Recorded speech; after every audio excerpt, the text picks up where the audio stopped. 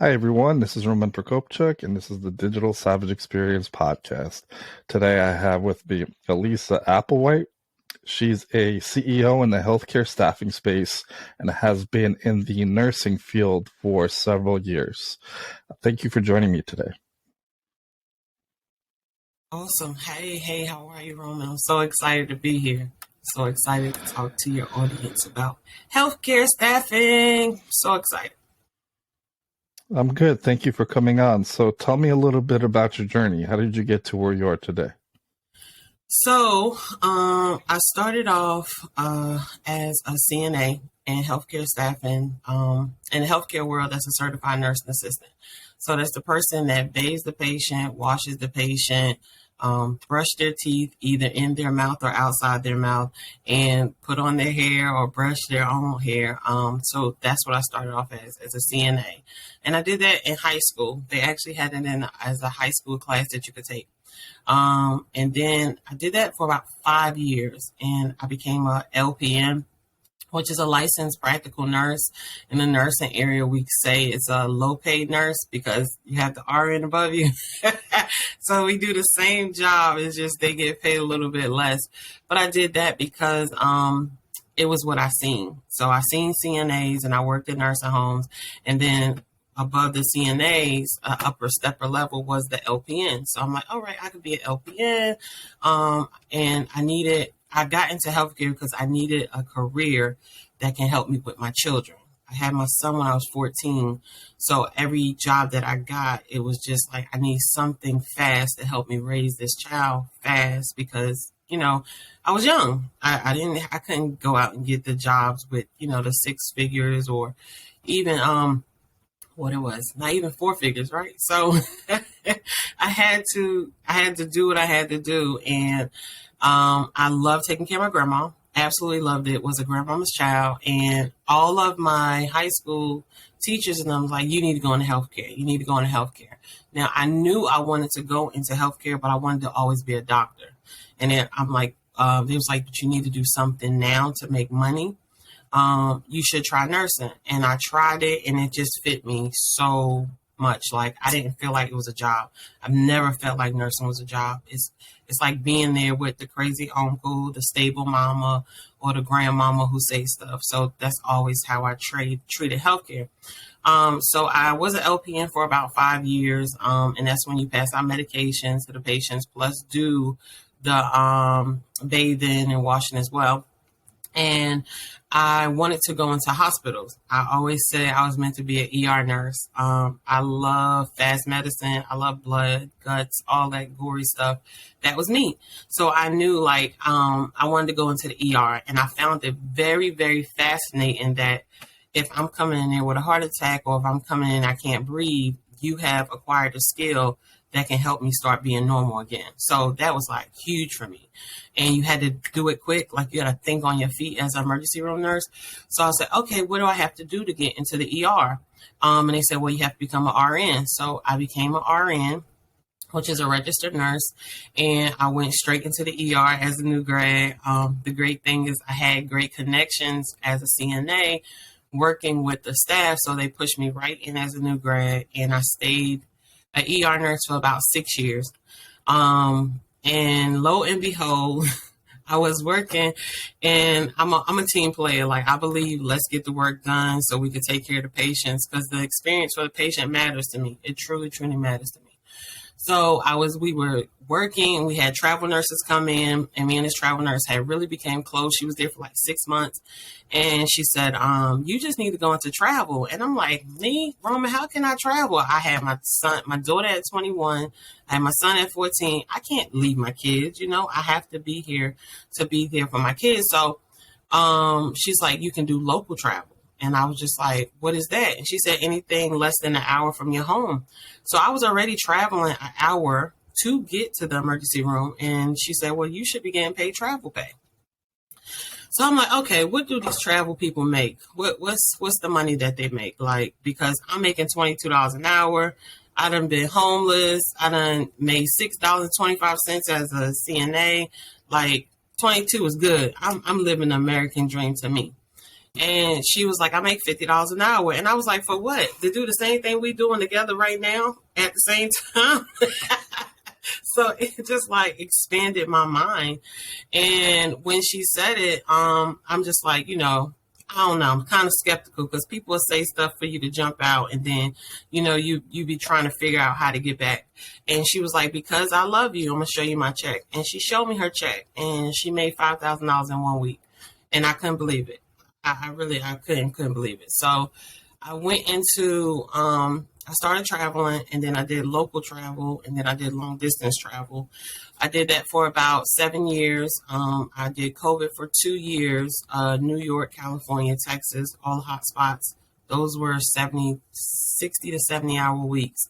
But the reason why I started a healthcare staffing agency, because when I was doing COVID, when I was working COVID, healthcare professionals aren't supposed to see that much death. Like, that's not what you see if you're an ICU nurse, an ER nurse. You're in the habit of saving lives, right? And to put so many patients in body bags, like we would put 5 to 10 patients a day per shift in a body bag and push them down to the trucks downstairs, the freezer trucks, because we couldn't store them in the hospital. It was just very, very sad. And I seen like the hope leaving from my medical professionals' faces. Like, you work this hard, you go to school to do all of this to save lives, and you telling me this many people are dying. So what am I doing? What am I effectively doing to help save this patient? What am I effectively doing to help the family not feel this pain? So that's where I was. I'm like, you know what, God, I'm a very bubbly person. So anytime I go somewhere, I try to be positive. I always taught myself and said to myself, a good coworker told me this: when you go into a patient's room, it's rainbow, sunshine, ice cream, and candy. So you drop all your problems at the door and you worry about that patient because they're a patient, right? They have more problems than you have walking in that room. You could walk out and go home to your family. They can't leave until either the doctor say they can leave or they voluntarily leave, and then the insurance don't pay. It's just a whole bunch of extra problems. So my whole thing was, you know what? God, give me a bigger scale. Give me a bigger scale where I can motivate medical professionals to let them know that at the end of the day, we're not losing this battle. We're not going to lose this battle. We still can have compassion in this battle. And that is why I opened up my healthcare staffing agency, so I can have a bigger audience to show them like compassion still exists in healthcare. We just got to get it out of ourselves, you know? Yeah, that's awesome. And do you think, obviously, you mentioned having kids young, that if you weren't presented the opportunity within while you were still in school to potentially, obviously, get your foot in the door and start kind of ground level in terms of the nursing field, do you think you would have pursued it after high school, or it would have been a lot harder? I mean, it just depends on the person, because I feel like regardless of the obstacle that, I've had in my life, personal or professional, I still overcame it. So it's just kind of a question, like, do you think it would have deterred you and potentially you would have moved into a different field or a different track? No, because I always wanted to be a doctor. So I used to go around telling my mom and my family I wanted to be a brain surgeon. And it's because I had met, I can't think of his, Keith Black. Keith Black, he was the head brain surgeon at Mount Sinai Hospital in California. So I always read books on him growing up, and I knew I wanted to go into medicine before I got pregnant. But once I got pregnant, it was just like, all right, you can't go away to school this much. You can't do all of this because who's going to help you with your children? And your child. And I had a great mom. My mom, she would have kept my son, and I wouldn't have to have any worries. I could have went off to medical school and everything. But I felt like that was my responsibility. And I didn't want to leave it on her. That was my option to have my son. And he motivated me and actually changed me to be more specific, to be more serious. Right. So before him, it was just an idea, a theory. But after him, it was like, all right, now you're here, sir. what we're going to do with you. I'm your mama, I'm 14, you know, and he just motivated me to just keep pushing for my dreams. So I was still going on the path of being a doctor until I went to high school and met one of the nurses that was teaching us. And she had pretty much said it to me like, use this as a stepping stone to get to medical school. But once I fell into the nurse world, it wasn't a stepping stone. It was like, exactly, this is where I need to be.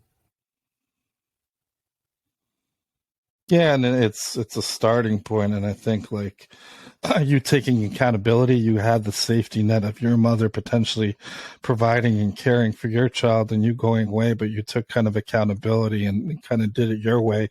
My wife and I are foster parents. We fostered 29 kids in 4 years, and we've had situations where the kids were unified, and like out of the blue, one of the bio parents reaches out. It's like, oh, I just had another baby, but I just got this call from some agent in LA, and they said to go modeling. One, it's sketchy. It sounds like some like human trafficking setup. Like, Right, can I give you power of guardianship for 6 to 12 months, and then you just basically take care of my kid for me, and I just go Wow. like gallivanting in LA, and then I come back, and it's like that doesn't teach you anything about responsibility. You already have 3 other kids. I mean, we've helped in other things. You know, sometimes she didn't have, let's say diapers or formula, and we, no questions asked, pay us back whenever, or don't even pay us back, and had her over for dinner and things of that nature. But it's like, regardless of who you are, really taking accountability for your situation, yes,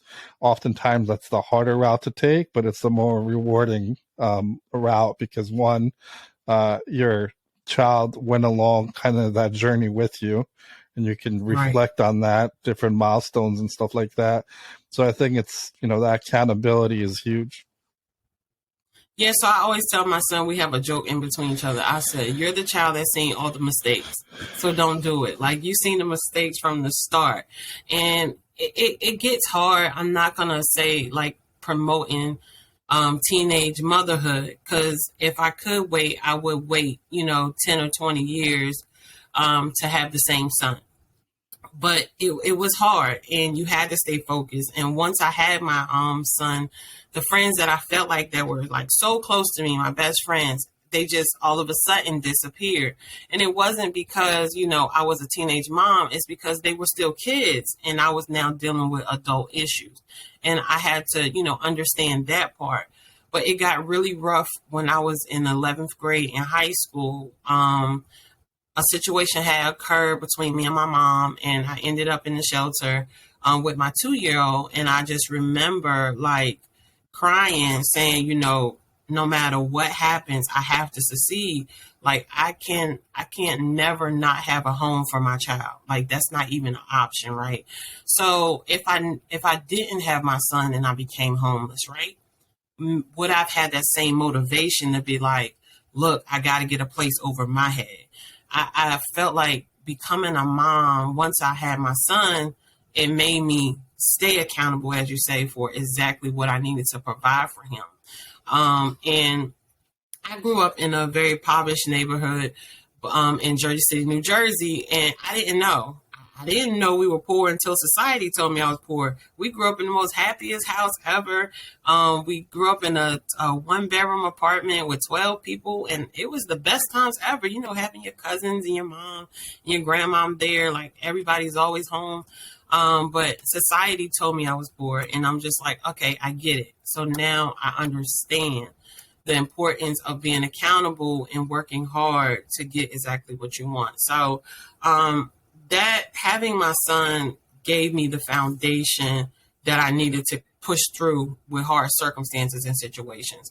So no matter what came, that helped me to push through. And it's the same things that I use now in my healthcare staffing business. No matter what happens, I just stay positive and push through, because one thing that Steve Harvey says that I absolutely love is you have 100% wins against all of the times that you thought you was going to fail. Every time you thought that something was going to go wrong, every time that you felt and you convinced yourself something was going to fail, if you're still here today, you passed it 100% of the time.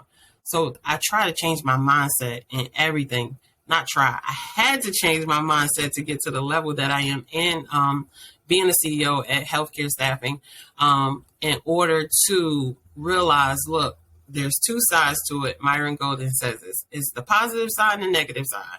You just got to choose what side you want to choose every day. So every day I make a decision, not a choice, but a decision. I decide that I'm going to choose the positive side. And I decide who's going to be in my arena, closest to me to give me energy, feedback, or anything. I decide who is going to get into my mind. I decide that. So that all started with, I got to own up for the child that I had. Now, the daddy, that's another episode, Roman. We could talk about that another time.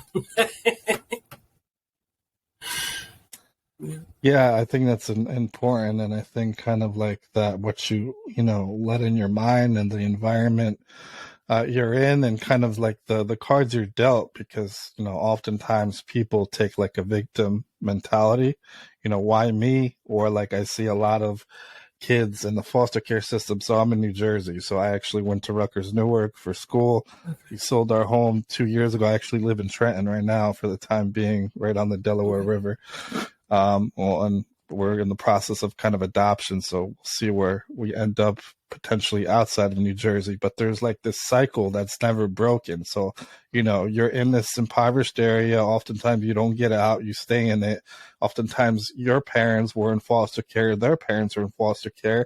And that underlying issue, like the state just wants to close a case. They're not there to, help.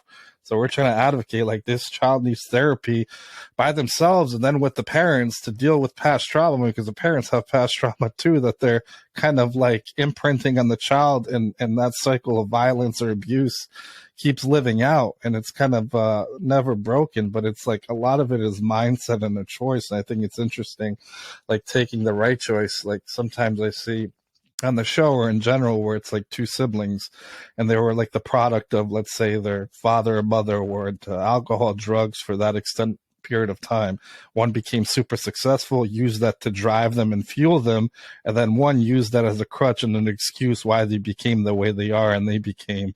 So it's very interesting, but it's just like you're giving that life, you know what I mean? You choose to harness it the way you're gonna harness it, and nobody's gonna do it for you, especially now, obviously, economic times and everything like that. So what you let into your mind and what you surround yourself with is, a key part to where you end up and how you're able to kind of persevere through whatever you're going to go through. And like you mentioned, kind of that Steve Harvey example, I think failures aren't bad either.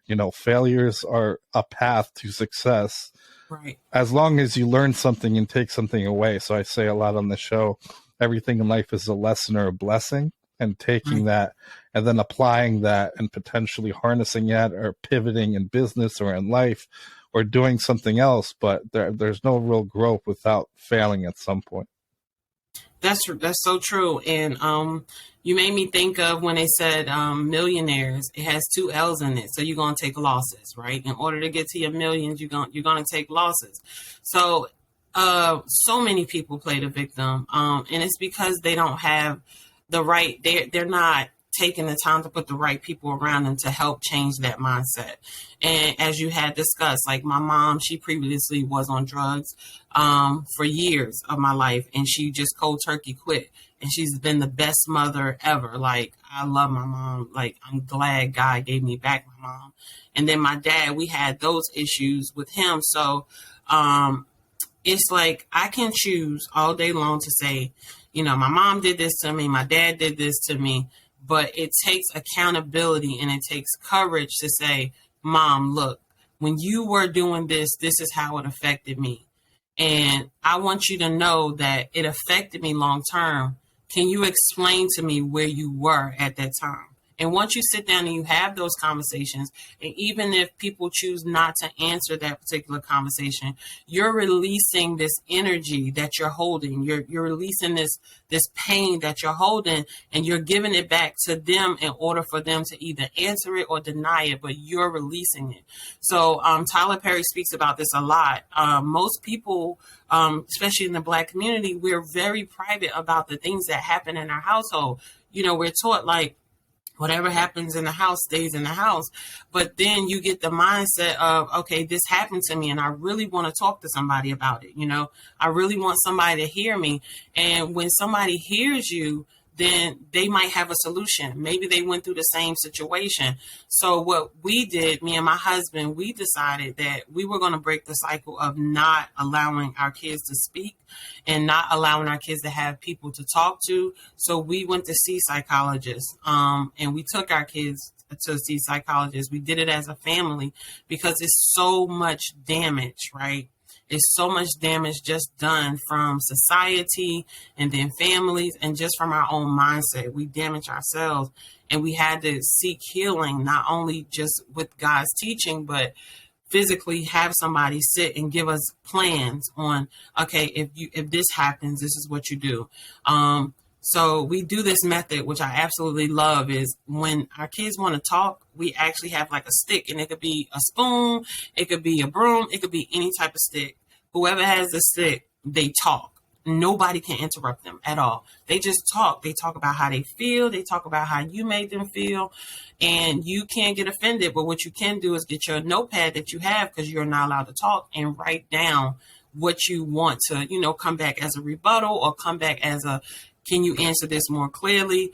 And it gives them the chance to say, look, I'm in an open conversation with my family. And it gives us the chance to see what's going on with our kids.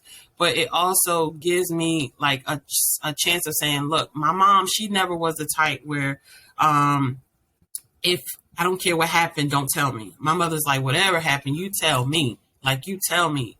No matter, when she was on drugs or not, it was like, whatever happens, you make sure you tell me. My grandmother was that I don't want to hear what you got to tell me. You're a kids, stay in a kid's place type thing.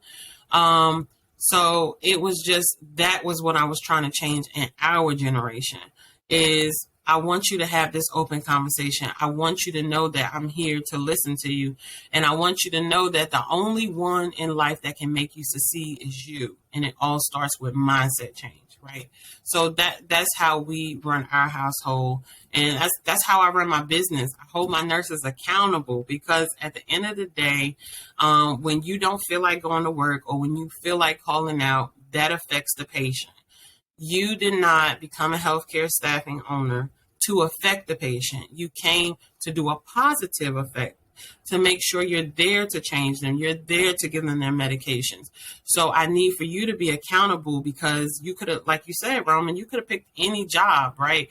What made you go into healthcare? There's a reason why you went into healthcare. And I'm here as a CEO to remind you that if you're working with Top of the Line Healthcare Staffing, which is our healthcare staffing agency, then you are in it for compassion. You're in it because you're accountable. You keep yourself educated, and you're in it because you love the patient. You love what you do, and you see how it affects the patient on a daily basis.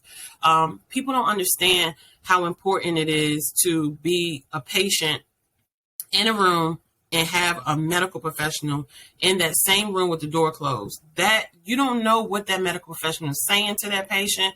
You don't know how they're treating that patient. And that's one of the things that we target with Top of the Line is we make sure we put people at the bedside who we don't mind being in closed doors with the patient. Because at any day, Roman, people walk around this world and they just don't understand that at any day, any moment, any time, you could have a heart attack, you could have a stroke, you could just pass out. At any moment, you can become a patient. So you want to put out in the universe exactly what you're going to get back. You want to treat people, if you're a medical professional, if you're a healthcare staffing medical professional, you took the job. You want to treat people as if they have dignity and respect. Because I don't know about you, but I've been in several hospitals for almost 18 years of my life. And the first thing you do when you walk in the room, they have these little old raggedy gowns on and the butt is all out. And as a medical professional, hey, I'm Alisa, pull up your gown. It doesn't matter that you kept it private for 20 years. It doesn't matter that you kept it private for 5 years, right? Only thing matters right now is I have to get a job done. And that is where I'm trying to get other healthcare staffing owners to understand. You have to go down to the core of the medical professional to treat them. Say, hey, you treat that person with dignity. hey, Roman, I'm Alisa. Do you mind if I do a physical assessment on you? What I'm going to do is I'm going to lift up your shirt. I'm going to look at your chest first. I'm going to listen to your heart. And then I'm going to touch your stomach. I'm just making sure that you have any masses or anything. And then I'm going to touch your back. Are you comfortable with me touching you? Do you see the approach other than Roman? Come on, let's go. You, Mr. Roman? Okay. I need to do my assessment on you. Turn around. I'm just going to pull up your shirt. It's the approach, and it's all because you chose to be a medical professional. So that is what I always try to get our staff back to. Yeah, and I think it's breaking kind of, I guess, stigmas and like years of also like emotional and psychological trauma that may not have been addressed at the, developed at the workplace, because it's a very obviously traumatic environment, especially like the ER, or if you're, in like intensive care or stuff like that, where you see, Yes. Usually normal people don't see a number of people dying from different things Right. on a daily basis. And as a human being, you're not meant to deal with that kind of trauma. So, I've seen in obviously other professions where those professionals get desensitized to kind of their environment. So, Yeah. Law enforcement, eventually, where you see all this stuff, you have to get some kind of, emotional training. You have to see somebody or have a release, because you're going to snap, and it's going to affect your work or, other stressful areas. So, and I think it's important, especially in the U.S. I've been in a lot of hospitals. My grandmother actually was, walked into a hospital this summer with stomach pain, and basically said that she had like 6 weeks to live. She had pancreatic and liver cancer. So, Wow. I think kind of the nurses made the difference, because they were there day in and day out, and I got to know them. They moved her to hospice, and she passed away the day after my birthday. But, a lot of the doctors are not there for anything. They're there for 5-10 minutes. They actually look at all the data that's compiled by everybody else, and they connect the dots somewhat and say, okay, how are you doing? And then there's that impersonal thing where, like, my mom was there on there, and I'm sitting there trying to talk to my grandmother, and you're asking me about insurance or this, that, or the other, about payment. Like, and I not snap, but my grandmother isn't coming out of here. She has terminal cancer. So by you asking that this can wait, this is like taking away from the last moments I have, to remember my grandmother. And I feel there's a lot of instances like that where like that compassion can go a long way. Right. And see, it's stuff like that I've seen so much in my career, where doctors would just come in and they would just boom, just treat them as a number. And then I've seen doctors, and I told my husband, it's like when I did COVID contracts in New York, those were the best doctors I ever worked with in my whole entire career, because they were there. They helped me bathe patients. They helped me turn patients. They were there. And when I needed them to give me a medication, or I needed them to come check the patient, like, they were at the bedside. So that's where top of the line comes in place. Like, we know, based on our experience, based on our years of service in medicine, I know how to target the correct medical professional, so we can partner with hospitals, we can partner with nursing homes to put those medical professionals at the bedside, because that's exactly what you're looking for, right? You said it yourself, Roman. That time they sitting here talking to you about money is a time that your grandmother could have potentially told you a story that you never knew. You get what I'm saying? It's a time that she could have been holding your hand, and they took away that time that you'll never get back. And this is why it is so important to make sure, as healthcare staffing owners, that you choose the correct person to put at the bedside of these patients. Because that person, right? That whole situation that happened to you with your grandmother, it could have been you and your wife doing the same thing. I'm sitting here with my husband. I'm trying to hold his hand. I'm trying to spend time with him, and y'all stressing me out about some money. Like, this ain't the time. This ain't the place. I need somebody to say, hey, Miss Roman, because I can't say your last name. That's why I'm keep saying Roman. Like, hey, Miss Roman, can I get you some ice water? Can I call somebody to be here with you? Can I just sit with you in this moment and just silence? Like, that is what matters, and that is what we do at Top of the Line Healthcare Staff. Now, in terms of kind of founding a staffing agency in the healthcare space, when you went from a nurse at a location to a traveling nurse, the traveling nurse was through a staffing company, and that's how you kind of like saw how that works, and then got your foot in the door, learned the process, and then began it yourself. Yes, so I did staffing. I traveled as a travel nurse for 7 years, and I knew that I wanted to do a business, and I knew it wasn't healthcare, but most of the time they tell you to do home health. I've done home health probably once 1 month in my whole life. I'm an ER nurse, I'm an ICU nurse, I'm a hospital nurse. Like that was big for me, and that's what I felt comfortable with. And I had a friend. I'm so glad you brought this up. So I had a friend who I went to nursing school with, and I was calling her for my nephew, and I was just like, "Hey, are you still training people how to be CNAs?" And she was just like, "Oh no, I started my own staffing agency." And I was like, "Oh, that's awesome. That's something like I want to do," because I was in California as a travel nurse, and they were paying me $125 an hour. And I'm just like, "You're paying me $125. How much are you getting?" And I'm here 60 hours a week, and I'm here 72 hours a week while you're home with your family. So I want to know, what was it? And she said, "Well, okay, when you're ready to make some real money, let me know." And I'm saying, "What you mean? $125 an hour is good money. Like, I I told you I was homeless.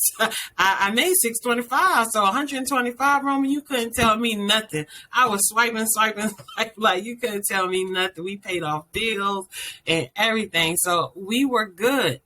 But she said the thing about it is, I know that you like to help people, and when you are in this type of arena, you can help more people, and you can help them still do what you love, which is, medicine, taking care of patients. And I'm just like, all right. So I was like, well, how much did you make this year? And she was like, oh, this year we generated $4.5 million. And I was like, where?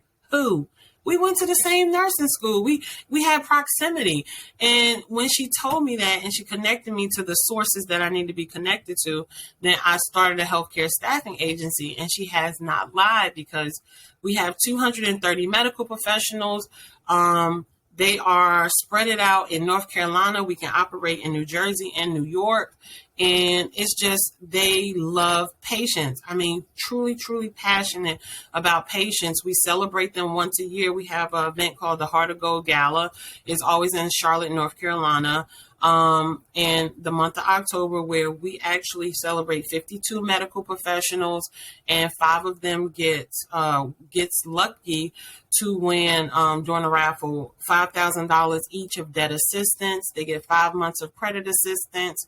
They get 5 months with a financial advisor and planner, and then they can get connected to a realtor and a mortgage broker if they have plans to buy a home, for those who don't have homes. So it was like, on this scale, I'm reaching so many people, and I'm reaching so many patients. Like, it just warms my heart when I call our clients to check on them and say, how's my medical professionals going? And the first thing they say is, I don't know where you get them from, but how much is it going to cost for me to get them full time? And I'm saying, it's a secret to this. It's a math to healthcare staffing. You have to hire people who care. You have to genuinely hire people who care. And that is what I bring to the table with so much experience. I can pick them out every time, of people who go above and beyond for the patient and never get recognition. So that is how I came into healthcare staffing. My friend introduced me to it, and I haven't changed.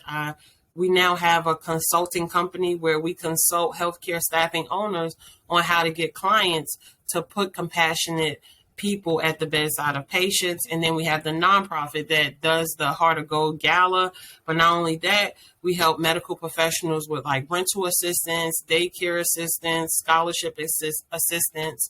And that came about from my accountant, because we were doing that from the staffing company. And she's like, you just need to open up a nonprofit. And I'm like, oh, that's another business. Like, oh, that's just a lot. But it made sense, right? It made sense. You're going to do it anyway. You're going to give anyway. So you might as well make it another business. So, yep, that's how I got here.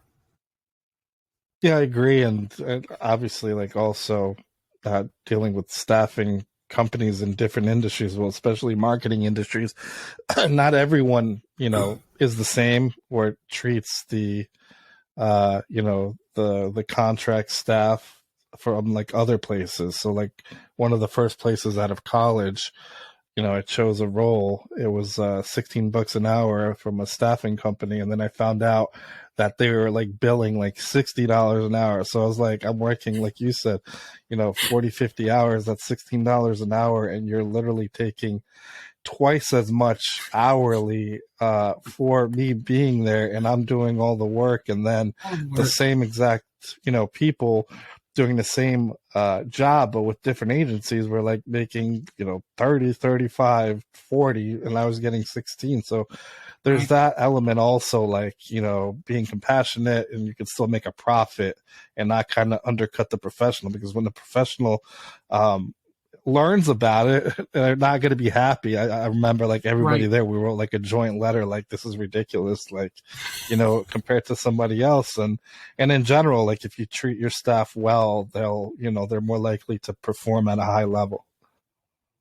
Right. And that is what I said. I was just like, all right, so we found out that not only was they billing the client, I believe it was like 256. It was a public document. It was $256 an hour as RNs when I was in California, that they were billing the client, but they can also write it off as a tax write off because it was during COVID time. So that's almost 400 and something dollars that you're getting, and you're giving me $125. And I'm just like, that is so not fair, because one of the things I always say is, I have a 3-year old. And when COVID had started, I had told my husband, I said, look, I got to go help these nurses, because New York, when you looked at the news, it was just horrible. It was like, nurses are quitting. They're not coming back. Like, this is just a lot. And I'm like, babe, I got to go help my nurses because I have experience. At that time, I have 12 years experience. And I'm just like, I got to help them. Maybe they just need somebody with experience. And he goes, you can't save the world. You just had a baby, right? The baby's 6 months old. You cannot save the world, Alisa. So I was just like, I have to go do this. Like, it was something I needed to do. In nursing, you have these areas where you start doing stuff like you work in the emergency room, then it start becoming repetitive and you don't feel like you're making a change, so you switch up, right? And that's where I was with COVID. I was like, I want to make a change on a bigger impact. I want to see if this is true. And he, as great as he is, he said, okay, babe, just go, but don't go forever. Right? Take a 6-week or 4-week contract. Don't go forever. Well, that went in the ear, came out the other, because 2 years later, I looked up. I was talking to him on the phone when I was in California, and he is like, oh, look at the video. Amazing walk today. So she was 6 months when I left. And when I got back, she was 2. And she was walking. And I had missed it because it was my last child. We had 5 children together. Well, 5 children, 1 together, but it was like that was it. I wasn't having any more children at all. Like natural birth, none of that. C-section, none of that. It was not happening. But I missed my final baby walking, and that's when I was just like, okay, it is time for you to be a mother. You have mastered nursing, you love nursing, but you don't want to let it go. God puts your friend in the proximity of you so she can show you how you can do both. You can be a parent and you can be, a nurse, and still make sure patients get the same care and quality care that they deserve. But she taught me, the most important thing she taught me was how to get my time back. I didn't realize how valuable time was. And when I finally came home, my son was his second year in college. My daughter was going into high school.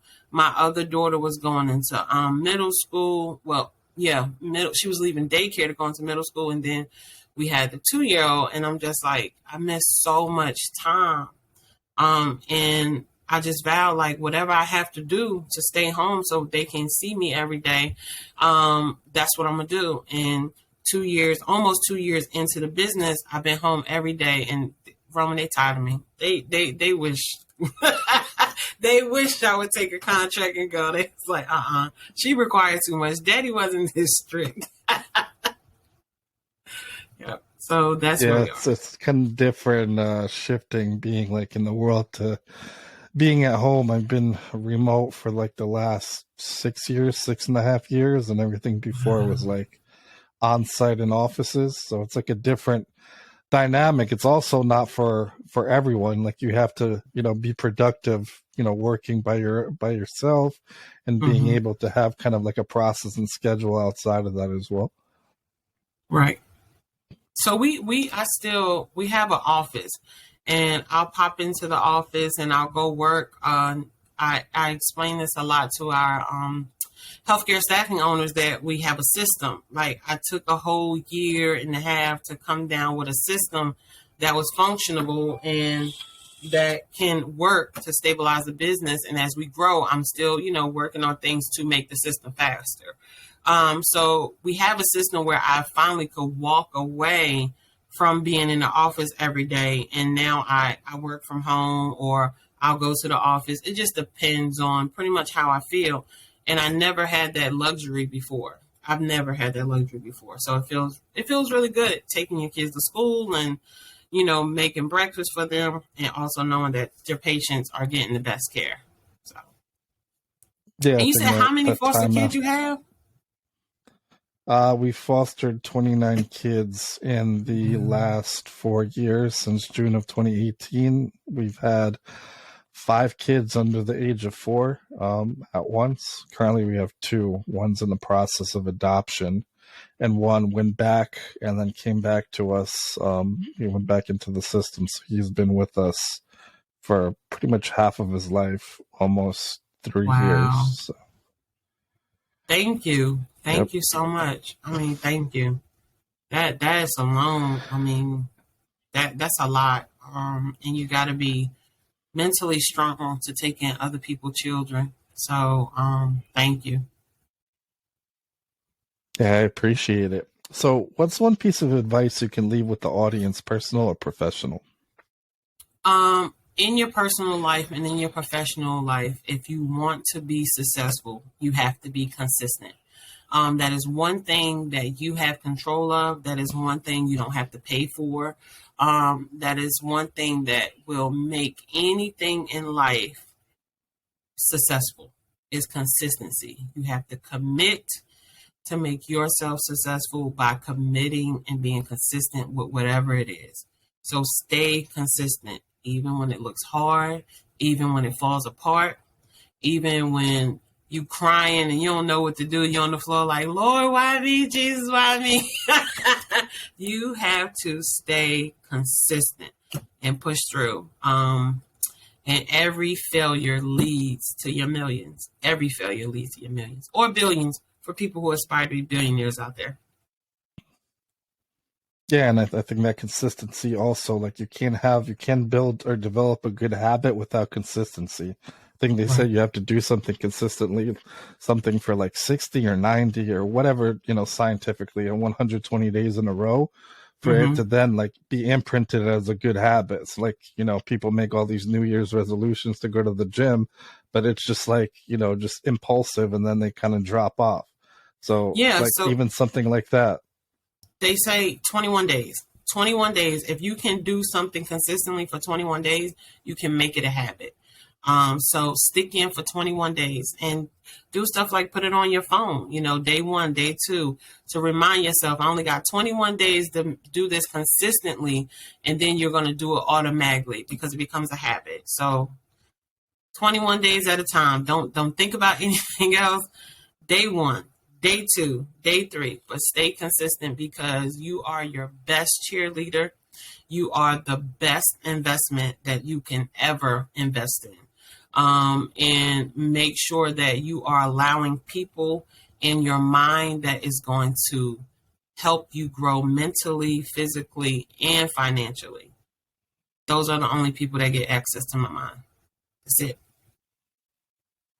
I agree. So I really appreciate you stopping by today. Can you let the audience know how they can find you or anything else you have going on? Oh, definitely. So we have a book. Is you can pre-order your book. It will be released May 20th. It's called "Make the Call to Get the Client," and that is for healthcare staffing owners who are looking for ways to get clients, or business salespeople who are looking the way to get more leads or clients. So it's a great read. Of course, I wrote it, so that's why it's a great read. So we have that May 20th, and then we have the Heart of Gold Gala, which is in October here in Charlotte, North Carolina, where you can purchase your tickets or sponsor a table. All the proceeds go to the medical professionals in the event, and also proceeds go to the charity of choice. We picked St. Jude's Kids in Charlotte this year as well as last year. So you can go to www.topoftheline.healthcarestaffing.com. Again, that's www.topofthelinehealthcarestaffing.com to purchase those tickets. And follow me on all social media handles. I give education just about life and about business, especially healthcare business. And you can look me up. I am the real Alisa Applewhite, and I call myself your CEO 3 times. Thank you so much for having me, Roman. I really appreciate this. I was stalking you, Roman. I was stalking you. I was on it. I appreciate you coming on. It was a great conversation. You are more than welcome.